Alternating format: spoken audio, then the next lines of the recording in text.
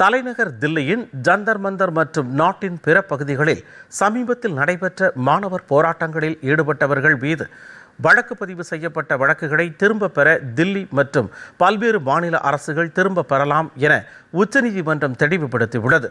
குற்ற பின்னணி கொண்ட போராட்டக்காரர்கள் மீது வழக்கு தொடர அனுமதித்து ஜூலை 28 பிறப்பிக்கப்பட்ட உத்தரவு கடுமையான மற்றும் கொடூரமான குற்றச்சாட்டுக்களை எதிர்கொள்பவர்களுக்கு மட்டுமே பொருந்தும் என்று தலைமை நீதிபதி சூரியகாந்த் தலைமையிலான 3 நீதிபதிகள் கொண்ட அமர்வு விளக்கமளித்தது.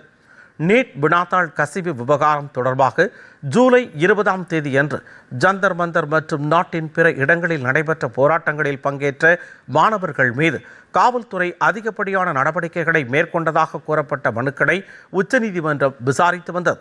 அதே வேளையில் காவல்துறையினரை தாக்கியதாக கூறப்படும் போராட்டக்காரர்கள் மீது நடவடிக்கை எடுக்க கோரி காயமடைந்த காவல்துறை அதிகாரிகளின் குடும்பத்தினரும் உச்சநீதிமன்றத்தை அணுகியிருந்தனர்.